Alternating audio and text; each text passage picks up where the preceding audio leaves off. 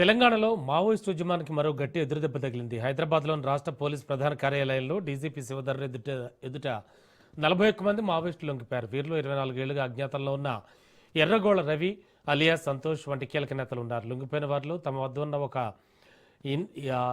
INSAS LMG, 3 AK-47 rifles, 5 SLR rifles, ఇతర ఆయుధాలతో సహా మొత్తం 24 తుపాకులను పోలీసులకు అప్పగించారు.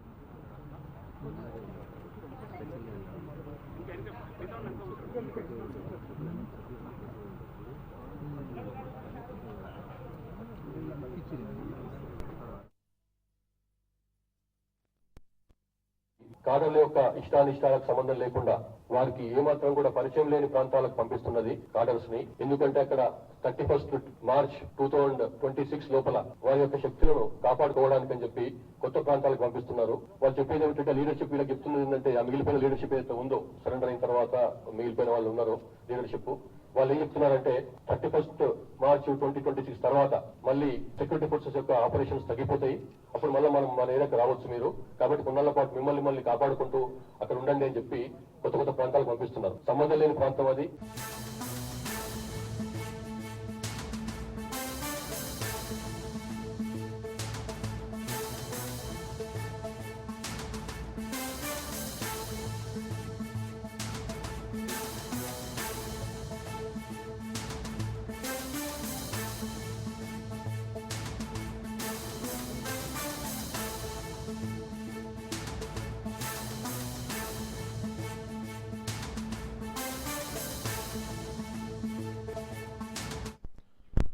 బ్రేకింగ్లో చూస్తున్నాం. కేంద్ర ప్రభుత్వ వైఖరిపై నేడు హైదరాబాద్లో కాంగ్రెస్ నిరసన తెలపనుంది.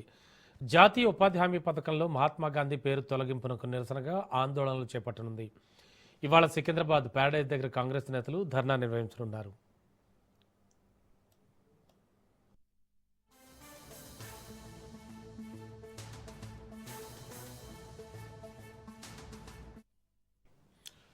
కేంద్ర ప్రభుత్వ వైఖరికి నేడు హైదరాబాద్లో కాంగ్రెస్ నిరసన తెలపనుంది. జాతీయ ఉపాధి హామీ పథకంలో మహాత్మా గాంధీ పేరు తొలగింపునకు నిరసనగా ఆందోళనలు చేపట్టనుంది. ఇవాళ సికింద్రాబాద్ ప్యారడైజ్ దగ్గర కాంగ్రెస్ నేతలు ధర్నా నిర్వహించనున్నారు. ఇక ఇదే అంశానికి సంబంధించిన లేటెస్ట్ ఇన్ఫో అందించడానికి మా కరెస్పాండెంట్ రాజు సిద్ధంగా ఉన్నారు. రాజు, ఇవాళ కాంగ్రెస్ శ్రేణులు ధర్నా నిర్వహించనున్నాయంటున్నారు. ఎవరెవరు ఇందులో పాల్గొంటున్నారు? అలాగే మొత్తం రాష్ట్ర వ్యాప్తంగా కూడా ఏమైనా ఈ ధర్నాలు నిరసనలు చేయనున్నారా? Good morning Ramana. ఏదైతే జాతీయ ఉపాధి హామీ పథకం నరేగాకు సంబంధించి ఆ పథకానికి సంబంధించి అందులోని మహాత్మా గాంధీ పేరును తొలగిస్తూ ఇటీవల పార్లమెంట్ నిర్ణయం తీసుకోవడం జరిగింది. పార్లమెంట్ లో ఆమోదం కూడా పొందడం జరిగింది. 18వ తేదీన లోక్సభలో, అదేవిధంగా 19వ తేదీలో రాజ్యసభలో ఈ పేరు మార్పు బిల్లుకు సంబంధించి ఇప్పటికే పార్లమెంటు ఉభయ సభలు కూడా ఆమోదం తెలపడంతో కాంగ్రెస్ పార్టీ తీవ్రంగా దీన్ని వ్యతిరేకిస్తా ఉంది. ఎందుకంటే మహాత్మా గాంధీ పేరును దేశం నుంచి అసలు చెరిపివేయాలని చెప్పేసి కూడా బీజేపీ ప్రభుత్వం ప్రయత్నం చేస్తా ఉంది. అందులో భాగంగానే మహాత్మా గాంధీ పేరును ఎక్కడా కూడా కనిపించకుండా చేస్తా ఉన్నారని చెప్పేసి కూడా తీవ్ర స్థాయిలో ఇటు కాంగ్రెస్ పార్టీ విమర్శలు చేస్తా ఉంది. ఈ నరేగాకు సంబంధించి మహాత్మా గాంధీ ఏదైతే నేషనల్ రూరల్ ఏదైతే ఈ స్కీమ్ ఉందో దీనికి సంబంధించి తాజాగా guarantee for Rozgar and Ajeevika mission Viksit Bharat అని చెప్పేసి కూడా ఈ బీజేపీ ప్రభుత్వం దీనికి పేరు మార్చడం జరిగింది. దీనికి సంబంధించి ఇప్పటికే ఏదైతే 2005లో అప్పటి యూపీఏ ప్రభుత్వమే ఈ యొక్క పథకాన్ని ప్రారంభించడం జరిగింది. 2009లో మహాత్మా గాంధీ పేరును ఈ పథకానికి తీసుకురావడం జరిగింది. అయితే అట్లాంటి ఉన్నటువంటి పేరును తొలగిస్తూ బీజేపీ ప్రభుత్వం ఏదైతే తీసుకురావడం జరిగిందో కేవలం పేరు మార్పు ఒకటే కాదు, ఇందులో ఉన్నటువంటి గ్యారంటీ ఏదైతే పని దినాలు ఉన్నాయో వాటిని కూడా పెంచామనే నెపంతో అందులో కూడా గ్యారంటీ లేకుండా ఈ స్కీమ్ లో చేశారని చెప్పి కూడా తీవ్ర స్థాయిలో విమర్శలు అయితే చేస్తా ఉంది. దీనికి సంబంధించి ఈ రోజు పెద్ద ఎత్తున టీపీసీసీ ఆధ్వర్యంలో ధర్నాలు నిర్వహించాలని చెప్పి కాంగ్రెస్ పార్టీ నిర్ణయం తీసుకోవడం జరిగింది. ఇప్పటికే దీనికి సంబంధించి జిల్లాలో పెద్ద ఎత్తున నిరసనలు తెలియజేయడం జరిగింది. ఒకవైపు ఈ రోజు సికింద్రాబాద్ లో ఉన్నటువంటి మహాత్మా గాంధీ విగ్రహం దగ్గర టీపీసీసీ అధ్యక్షుడు మహేష్ కుమార్ గౌడ్, అదేవిధంగా ఇక్కడ ఉన్నటువంటి డీసీసీ అధ్యక్షులు, ఉభయ జంట నగరాలకు సంబంధించినటువంటి ఇతర నాయకులు, కీలక నేతలు ఈ ఈ యొక్క ధర్నాలో పాల్గొంటారని చెప్పేసి కూడా ఇప్పటికే కాంగ్రెస్ పార్టీ వర్గాలు చెప్తా ఉన్నాయి. బీజేపీ ప్రభుత్వం తీసుకుపోతున్నటువంటి ఏదైతే మొండిగా వ్యవహరిస్తా ఉన్నారో చాలా వరకు కూడా యూపీఏ ప్రభుత్వం తీసుకొచ్చినటువంటి పేద ప్రజలకు ఉపయోగపడే పథకాలన్నింటినీ కూడా నీరుగారుస్తూ వస్తా ఉన్నారు. అదేవిధంగా ఇప్పటికే కొన్ని ప్రతిపక్ష పాలిత ఏదైతే రాష్ట్రాలు ఉన్నాయో సో ఆ రాష్ట్రాలకు ఇంకా కూడా ఈ జాతీయ ఉపాధి హామీ పథకానికి సంబంధించి బకాయిలు పెండింగ్ లో ఉన్నాయి. పశ్చిమ బెంగాల్ లాంటి రాష్ట్రాల్లో ఇంకా కూడా వీటికి సంబంధించి బకాయిలలో తీవ్ర జాప్యం చేస్తా ఉన్నారు, ఇబ్బందులకు గురి చేస్తా ఉన్నారు అని చెప్పేసి కూడా పెద్ద ఎత్తున విమర్శలు అయితే చేస్తా ఉన్నారు. ఈ రోజు ఉదయం 10 గంటలకు సికింద్రాబాద్ ప్యారడైజ్ దగ్గర ఉన్నటువంటి మహాత్మా గాంధీ విగ్రహం దగ్గరికి వచ్చి టీపీసీసీ అధ్యక్షుడు మహేష్ కుమార్ గౌడ్ ఆధ్వర్యంలో పెద్ద ఎత్తున ధర్నా నిర్వహించాలని చెప్పేసి అయితే ఇప్పటికే పిలుపునివ్వడం జరిగింది. గాంధీ పేరు తొలగింపు ఏదైతే ఉందో ఇది గాంధీజీ ఆశయాలను అదేవిధంగా గాంధీజీ పేరును అవమానించే విధంగా బీజేపీ ప్రభుత్వం చేస్తా ఉంది అని చెప్పేసి కూడా విమర్శలు అయితే చేస్తా ఉన్నాయి. దీనికి సంబంధించి ఏదైతే కొత్తగా తీసుకొచ్చినటువంటి చట్టం ఏదైతే ఉందో ఈ చట్టం ద్వారా ఏదైతే గ్యారంటీ పని దినాలు అనేటివి ఉండటం లేదు. అదే విధంగా చాలా వరకు కూడా పేద ప్రజలకు అందవలసినటువంటి అదే విధంగా ఈ ఏదొక ఎలక్ట్రానిక్ అంటే ఈ ఆన్లైన్ ఆధారిత అటెండెన్స్ ఏదైతే ఉందో దీనికి సంబంధించి కూడా కాంగ్రెస్ పార్టీ అయితే విమర్శలు చేస్తా ఉంది. చాలా వరకు గ్రామీణ ప్రాంతాల్లో ఇప్పటికీ కూడా ఇంటర్నెట్ సౌకర్యాలు లేవు. అట్లాంటి ప్రాంతాలలో ఈ బయోమెట్రిక్ తోటి కానీ అదే విధంగా ఫేస్ రికగ్నైజేషన్ తోటి కానీ అటెండెన్స్ ఏదైతే వేయడం ఉందో సో దీనికి సంబంధించి కూడా చాలా వరకు కొన్ని ఏవైతే పాయింట్స్ ఉన్నాయో కాంగ్రెస్ పార్టీ లేవనెత్తిన అంశాలకు ఒక్కదానికి కూడా బీజేపీ ప్రభుత్వం ఒక్కదానికి కూడా సమాధానం ఇవ్వలేదని చెప్పేసి కూడా కాంగ్రెస్ పార్టీ నేతలు చెప్తా ఉన్నారు. ఇది ఒంటెద్దు పొగలతో బీజేపీ ప్రభుత్వం ముందుకు వెళ్తా ఉంది. ఖచ్చితంగా రాబోయే రోజుల్లో మూల్యం చెల్లించుకోక తప్పదు. ఖచ్చితంగా ఇవన్నీ అంశాలను ప్రజాక్షేత్రంలోకి తీసుకువెళ్తాము. దీనికి సంబంధించి శాంతియుతంగా ధర్నాలు నిరసనలు చేస్తామని చెప్పి కాంగ్రెస్ పార్టీ అయితే పిలుపునిచ్చింది. రమణ.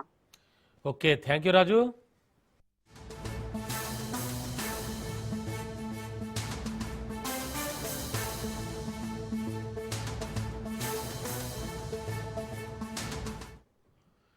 జీహెచ్ఎంసీ డీలిమిటేషన్పై డివిజన్ బెంచ్ కీలక ఆదేశాలు జారీ చేసింది. బ్రేకింగ్లో చూస్తున్నాం. 104, 134 వార్డుల వివరాలను ఇవాళ ఉదయం 10 గంటల్లో పబ్లిక్ డొమైన్లో ఉంచాలని ఆదేశించింది. 300 వార్డుల వివరాలు డొమైన్లో ఉంచాలని గతంలో సింగిల్ బెంచ్ ఆదేశాలు జారీ చేయగా సింగిల్ బెంచ్ ఆదేశాలపై ప్రభుత్వం డివిజన్ బెంచ్కు పిటిషనర్లకు సంబంధించిన వార్డుల వివరాలను పబ్లిక్ డొమైన్లో ఉండాలని తెలిపింది.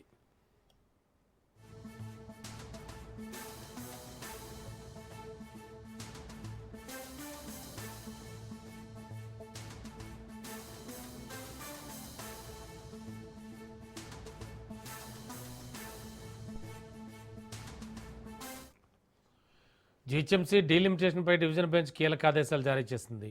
104, 134 వార్డుల వివరాలను ఇవాళ ఉదయం 10 గంటలలోపు పబ్లిక్ డొమైన్లో ఉంచాలని ఆదేశించింది. 300 వార్డుల వివరాలు డొమైన్లో ఉంచాలని గతంలో సింగిల్ బెంచ్ ఆదేశాలు జారీ చేయగా ఆ ఆదేశాలపై ప్రభుత్వం డివిజన్ బెంచ్ పిటిషనర్లకు సంబంధించిన వార్డుల వివరాలను పబ్లిక్ డొమైన్లో ఉంచాలని తెలిపింది.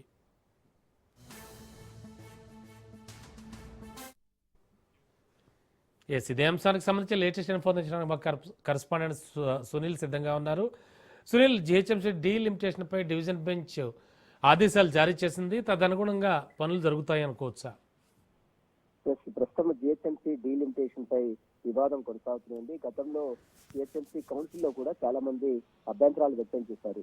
ఇప్పటికే 150 డివిజన్లని 300 డివిజన్లు చేస్తూ ప్రభుత్వం ఆదేశాలు జారీ చేసింది. గతంలో జిహెచ్ఎంసీ అవతల ఉన్నటువంటి దాదాపు 27 మున్సిపాలిటీని మొత్తం కూడా జిహెచ్ఎంసీలో విలీనం చేసింది. అయితే ఆ పరిధి మొత్తం కూడా దాటడంతో 150 ఉన్నటువంటి వార్డులను ప్రస్తుతం 300 చేసింది. దాంతో కొన్ని ప్రాంతాల్లో డీలిమిటేషన్ అంటే ఒక వార్డు నుంచి ఇంకొక వార్డులోకి మార్చడాన్ని చాలా మంది అభ్యంతరాలు వ్యక్తం చేశారు. దీనిపై గతంలో కూడా హైకోర్టులో పిటిషన్ దాఖలు చేశారు. దీనిపై గతంలోనే సింగిల్ బెంచ్ ప్రభుత్వానికి కొన్ని ఆదేశాలు జారీ చేసింది. 24 గంటల్లో 300 వార్డుల మ్యాప్ ని జనాభా వివరాలు మొత్తం కూడా పబ్లిక్ డొమైన్ లో పెట్టాలని గతంలో సింగిల్ బెంచ్ ఆర్డర్ ఇచ్చింది. సింగిల్ బెంచ్ ఇచ్చినటువంటి తీర్పును సవాల్ చేస్తూ రాష్ట్ర ప్రభుత్వం డివిజన్ బెంచ్ లో అప్పీల్ పిటిషన్ దాఖలు చేసింది. దీనిపై విచారించిన కోర్టు ఉదయం 10 గంటలలోపు 104, 134 వార్డులకు సంబంధించిన మ్యాప్ జనాభా వివరాలు మాత్రమే పబ్లిక్ డిమాండ్ లో పెట్టాలి, అన్ని మాత్రం పెట్టడానికి వీలేదంటూ కూడా డివిజన్ బెంచ్ మధ్యంతర ఉత్తర్వులు కూడా జారీ చేయడం. పిటిషన్లకు సంబంధించిన పిటిషన్ వేసినటువంటి 2 వార్డుల వివరాలు మాత్రమే పెట్టాలి, మొత్తం 300 వార్డుల వివరాలు మాత్రం పెట్టడానికి వీలేదంటూ కూడా డివిజన్ బెంచ్ సింగిల్ బెంచ్ ఇచ్చిన తీర్పుని సవాల్ బెంచ్ పై స్టే విధించింది, మధ్యంతర ఉత్తర్వులు జారీ చేసి కేవలం 2 డివిజన్లు మాత్రమే పబ్లిక్ డిమాండ్ లో పెట్టాలంటూ కూడా ఆదేశాలు జారీ చేసింది. ఈ రోజు ఉదయం 10 గంటల లోపు 104 డివిజన్ 134 డివిజన్ 2 డివిజన్లు మ్యాప్ తో పాటు జనాభా వివరాలు మొత్తం కూడా పబ్లిక్ డిమాండ్ లో పెట్టాలంటూ కూడా డివిజన్ బెంచ్ ఆదేశాలు జరిగింది. మొత్తం మీద ఈ వివాదం అయితే కంటిన్యూ కొనసాగుతుంది. మరి చూడాలి మిగిలినటువంటి డివిజన్లకు సంబంధించినటువంటి మ్యాప్, మరోవైపు డివిజన్లకు సంబంధించినటువంటి వివరాలు మరి పెడతారా లేదా, కేవలం ఈ 2 డివిజన్లు 2 మాత్రమే పెట్టాలని హైకోర్టు డివిజన్ బెంచ్ చెప్పింది. కాబట్టి మిగిలిన వాడి పరిస్థితి ఏంటనే దానిపై కూడా ప్రస్తుతం అయితే అటు కొంతమంది అభ్యర్థులు కూడా ఆలోచిస్తున్నారు. దీనిపై డివిజన్ బెంచ్ ఇచ్చిన తీర్పు ఈ రోజు 10 గంటల లోపు 2 డివిజన్లకు సంబంధించిన వివరాలు మొత్తం కూడా పెట్టాలని డివిజన్ బెంచ్ ఆదేశాలు చేస్తుంది. మరోవైపు ఇప్పటికీ అభ్యంతరాల గడువు కూడా మరో 2 రోజులు పెంచింది. కాబట్టి రేపటి వరకు అభ్యంతరాల గడువు కంప్లీట్ అవుతుంది. ఇక ఈ డివిజన్లకు సంబంధించిన విషయంలో ప్రభుత్వము ఇప్పటికే ముందుకెళ్తుంది. 300 డివిజన్లు చేసింది. అందులో 2 డివిజన్లకు సంబంధించిన వివాదాలు హైకోర్టుకు చేరాయి. కాబట్టి ఆ వివాదాలకు సంబంధించిన వివరాలు మొత్తం కూడా పబ్లిక్ డిమాండ్ లో పెట్టాలంటే కూడా కోర్టు ఆదేశాలు జరుగుతుంది. Okay, thank you Sunil.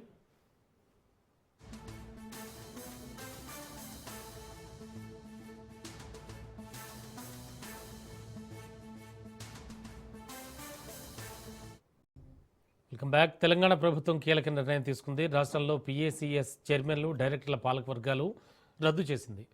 August 14న పిఏసిఎస్ల పదవీకాలం ముగిసింది. 9 జిల్లాల డీసీసీబీలను తొలగిస్తూ ప్రభుత్వం ఉత్తర్వులు జారీ చేసింది.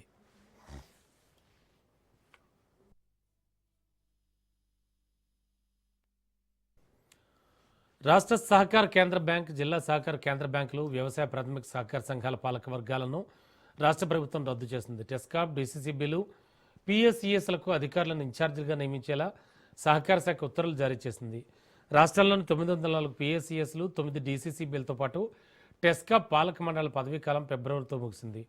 గత పాలక వర్గాలనే పర్సన్ ఇన్ఛార్జి మేనేజింగ్ కమిటీలుగా 6 నెలల పాటు కొనసాగిస్తూ ఫిబ్రవరి 14 ప్రభుత్వం ఉత్తర్వులు జారీ చేసింది. ఆ తర్వాత నిరవధికంగా పొడిగిస్తూ ఆగస్టు 14 ఉత్తర్వులు జారీ చేసింది. ఆ జీవోను రద్దు చేస్తూ పిఎస్సిఎస్, డీసీసీబీలు, టెస్కాప్కు అధికారులను ఇన్ఛార్జిగా నియమిస్తూ ఉత్తర్వులు జారీ చేసింది. కొత్త జిల్లాలకు అనుగుణంగా డీసీబీలు, కొత్త మండలాల ప్రకారం పిఏసిఎస్లు వ్యవస్థ పునర్వ్యవస్థీకరించేందుకు ప్రభుత్వం కసరత్తు చేస్తోంది.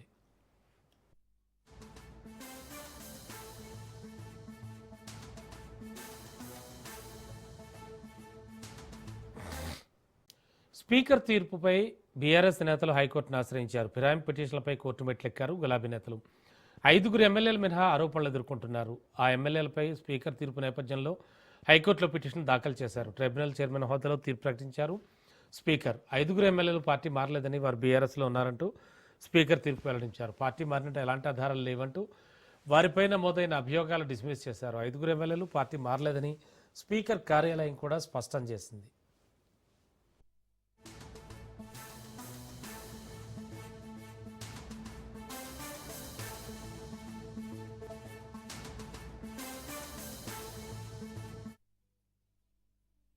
నిజంగా 10 మందిని చూస్తే కూడా నాకు నవ్వాలని ఏడవాలని తెలుస్తలేదు.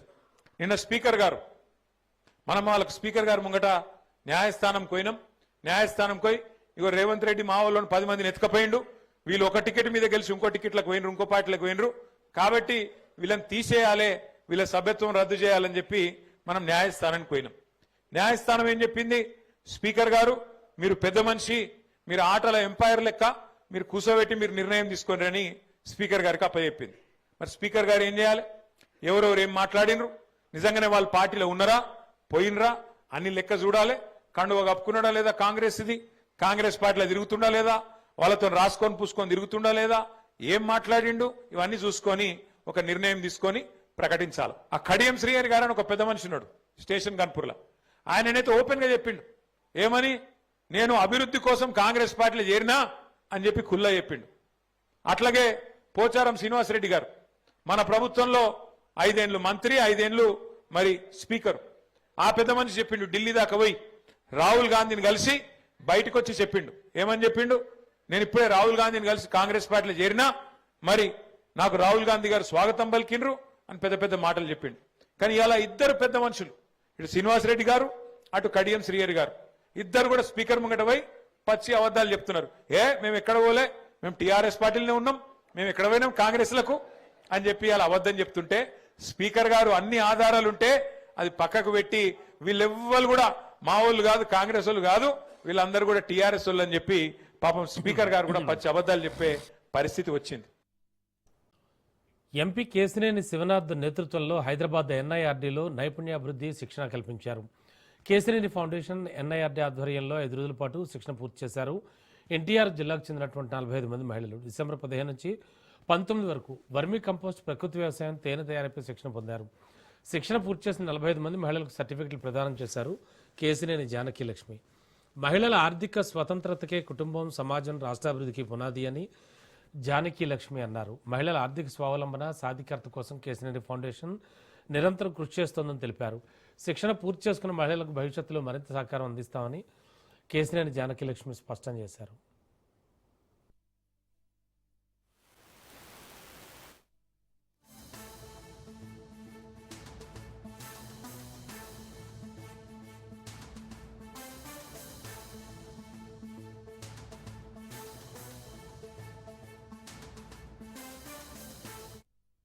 అక్రమ ఇసుక తరలింపై రాజ్ న్యూస్ ఎఫెక్ట్ పడింది. అంబేద్కర్ కోనసీమ జిల్లా కొత్తపేట నియోజకవర్గంలో అక్రమంగా తరలిస్తోన్న ఇసుక, గ్రావెల్ లారీలను మైనింగ్ శాఖ అధికారులు సీజ్ చేశారు.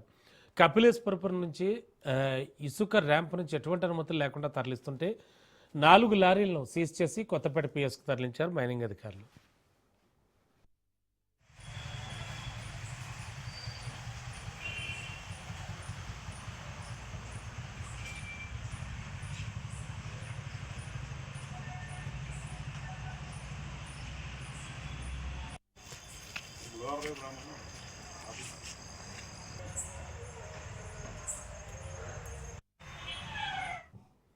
కొండ నాలుగు మందేస్తే ఉన్న నాలుగు ఊడింది అన్నారట.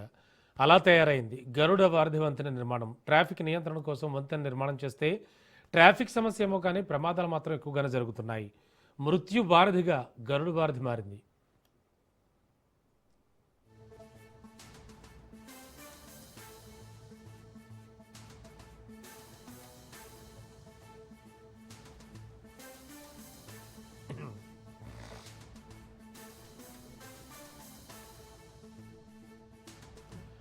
తిరుపతి ఆధ్యాత్మిక క్షేత్రం కావడంతో నగరానికి ప్రతిరోజు 50,000 నుంచి 70,000 మంది యాత్రికులు వస్తూ ఉంటారు.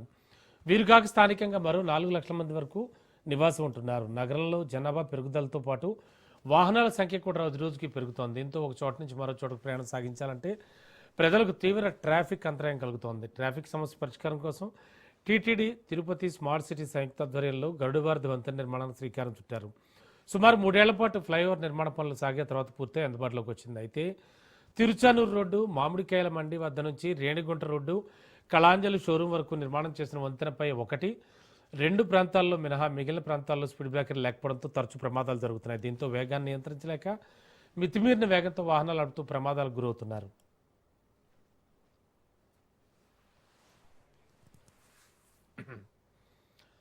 అయితే ఫ్లైఓవర్పై ఎంత స్పీడ్తో వెళుతున్నారో అంతే స్పీడ్తో రోడ్డుపైకి రావడంతో తరచూ ప్రమాదాలు జరుగుతున్నాయి.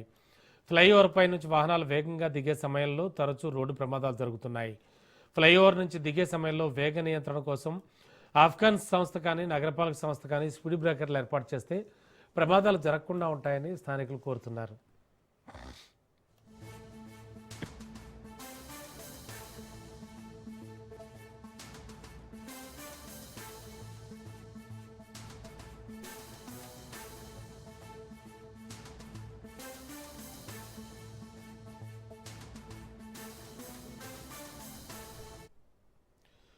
శాంతి భద్రతల పర్యవేక్షణలో సీసీ కెమెరాలు పోలీసులకు అస్త్రాలు లాంటివి. ఏదైనా ఘటన జరిగినప్పుడు సీసీ కెమెరాలే నిక్షిప్తమైన దృశ్యాలు ప్రధాన ఆధారాలుగా ఉంటాయి. అయితే తిరుపతిలోని గరుడవారధి ఫ్లైఓవర్పై తరచూ ప్రమాదాలు జరుగుతున్న తరుణంలో సీసీ కెమెరాలు ఏర్పాటు చేయాలని స్థానికులు కోరుతున్నారు. తిరుపతిలో ట్రాఫిక్ నియంత్రణ కోసం సుమారు 650 కోట్ల రూపాయలతో 6 కిలోమీటర్ల మేర నిర్మాణం చేసిన గరుడవారధి ఫ్లైఓవర్పై తరచూ ప్రమాదాలు జరుగుతూనే ఉన్నాయి. ఈ ప్రమాదాల్లో కొందరు మృత్యువాత పడుతుంటే కొందరు శాశ్వత అంగవైకల్యులుగా మారుతున్నారు. యువకులు అతివేగంగా వాహనాలు నడపడం వల్ల ఫ్లైఓవర్పై తరచూ ప్రమాదాలు జరుగుతూనే ఉన్నాయి. వీటిని పూర్తి స్థాయిలో అరికట్టాలంటే ఫ్లైఓవర్పై స్పీడ్ బ్రేకర్లు, సీసీ కెమెరాలు, స్పీడ్ లిమిట్ బోర్డులు, బ్లింకింగ్ లైట్స్, సైడ్ వాల్స్పై ఐరన్ గ్రిల్, రేడియం స్టిక్కర్లు వంటి వాటిని ఏర్పాటు చేస్తే ప్రమాదాలను కొంతవరకు నివారించగలుగుతామని స్థానికులు కోరుతున్నారు.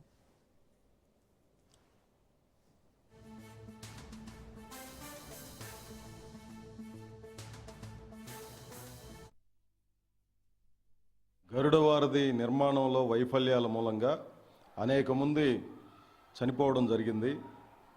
వేగం మీద నియంత్రణ లేకపోవడం, ఇటువైపు అటువైపు ఉన్నటువంటి కట్టడాలకి సరైనటువంటి రక్షణ చర్యలు చేపట్టకపోవడం, దానికి అవసరమైనటువంటి జీబ్రా రాక్స్ ఏర్పాటు చేయకపోవడం, ఈ కారణాలన్నింటి రీత్యా వేగ పరిమితి లేకుండా యూత్ తీవ్రమైనటువంటి వేగంతో వచ్చేవాళ్ళు దాన్ని అదుపు చేయలేక ఎగిరి అవతల వైపు పడి 30-40 అడుగుల ఎత్తు నుంచి పడి ప్రాణాలు కోల్పోతున్న ఘటనలు కొన్ని జరిగాయి.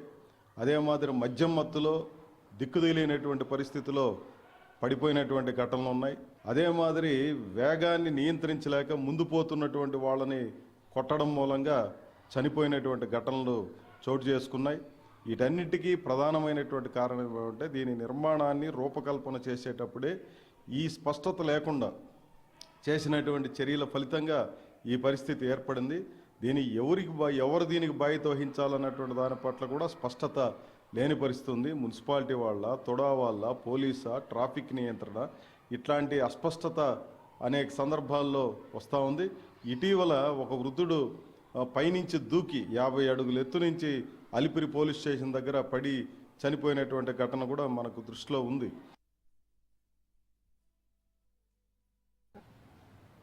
మన తిరుపతిలో ఫ్లైఓవర్ని ఏర్పాటు చేశారు. ఇది చాలా వరకు ఉన్నటువంటి ట్రాఫిక్ని కంట్రోల్ చేయడంలో ఉపయోగపడుతుంది. అదే సందర్భంలో మనం చూసినట్లయితే రెగ్యులర్గా అక్కడ యాక్సిడెంట్లు జరగడం అనేది కూడా సర్వసాధారణమైపోయింది. అక్కడ నుంచి పైనుంచి పడిపోయి కింద చనిపోయినటువంటి ఘటనలు కూడా ఉన్నాయి. అయితే అక్కడ ఉండాల్సినటువంటి సెక్యూరిటీ లేదు. అదేవిధంగా పైన షీట్లు, నేను కొన్ని జిల్లాల్లో వెళ్ళినప్పుడు చూసినప్పుడు ఆ ఫ్లైఓవర్ మీద చాలా ఎత్తు వరకు షీట్లు పెట్టుండారు, గ్రీన్ షీట్స్. దీనివల్ల ఏమంటే వెళ్తూ ఒకవేళ స్పీడ్గా వచ్చినప్పటికీ గోడకు టచ్ అయినా పైనుంచి కింద అటువైపు పడిపోయే ప్రమాదం నివారించవచ్చు. కాబట్టి అలాంటివి తీసుకోవాలి. స్పీడ్ బ్రేకర్స్కి సంబంధించి కూడా అక్కడక్కడ స్పీడ్ బ్రేకర్స్ని పెట్టి ఆ స్పీడ్ని కంట్రోల్ చేసే విధంగా చర్యలు చేపట్టాలని చెప్పేసి మేము అధికారులని విన్నవిస్తూ ఉన్నాం. తిరుపతిలో గరుడు వారధి చాలా ప్రతిష్టాత్మకంగా నిర్మించారు. ఆ నిర్మించినటువంటి దానిపైన కనీసమైనటువంటి భద్రత లేకుండా ఈరోజు అనేక మంది చనిపోవడం అనేది జరుగుతోంది. ఈ మధ్యకాలంలో తిరుపతిలో 3 ఘటనలు వరుసగా జరిగినాయి. ఒకటి యాక్సిడెంట్ ఘటన జరిగింది, రెండోది పెయింట్ చేస్తూ చనిపోవడం అనేది జరిగింది, మూడోది ఆ ప్రాంతంలోనే అక్కడనే డైరెక్ట్గా వచ్చేసి గుద్దడం వల్ల కింద పడిపోయినటువంటి ఘటనలు. ఈ 3 సాధారణంగా జరిగినాయి. కానీ అక్కడికి ఉండాల్సినటువంటి రక్షణ ఏవి కూడా లేకుండా పోయినటువంటి పరిస్థితి ఉంది. రక్షణ అంటే గోడలకు సంబంధించినటువంటి కమ్మీలను ఏర్పాటు చేయడం కానీ, లేకపోతే అక్కడ యారో మార్కులు ఏర్పాటు చేయడం కానీ, లేకపోతే స్పీడ్ బ్రేకర్లు ఏర్పాటు చేయడం కానీ, ఇలాంటివి ఏవి కూడా ఆ కంపెనీ యొక్క బాధ్యత తీసుకొని చేసినటువంటి పాపన పోలేదు. అదేవిధంగా పోలీసులకు సంబంధించినటువంటి దాంట్లో కూడా ఆ పోలీసుల గస్తీని ఏర్పాటు చేయాల్సినటువంటి బాధ్యత ఉంది. అక్కడ పోలీసులు రౌండింగ్స్ వేయడం కానీ అట్లాంటివి, అక్కడ రేణుగుంట ప్రాంతం నుంచి బయలుదేరినప్పుడు వెహికల్, ఇటు తిరుచానూరు ప్రాంతం నుంచి బయలుదేరిన వెహికల్ ఎంత ఓవర్ స్పీడ్గా వస్తాయంటే దాదాపు 100-120 కిలోమీటర్ స్పీడ్తో ఈరోజు వెహికల్స్ వస్తున్నటువంటి పరిస్థితి ఉంది. దానికి స్పీడ్ను అరికట్టడం చేయాల్సినటువంటి అవసరం ఉంది. దాన్ని పోలీసులు ఏమాత్రం కూడా బాధ్యత వహించే చేస్తున్నటువంటి పరిస్థితి ఎక్కడ కూడా కనిపించట్లేదు. కాబట్టి అక్కడ ప్రత్యేకమైనటువంటి డ్రైవ్ని ఏర్పాటు చేయాల్సినటువంటి అవసరం ఉంది. ఇక ఫోన్ ట్యాపింగ్ కేసు దర్యాప్తులో మరో కీలక పరిణామం చోటు చేసుకుంది. సిపి సజ్జనార్ నేతృత్వంలో సిట్ తొలి సమావేశం ఏర్పాటు చేసింది. ఈ సమావేశంలో కిషోర్ ఝా, విజయ్ కుమార్ పాల్గొన్నారు.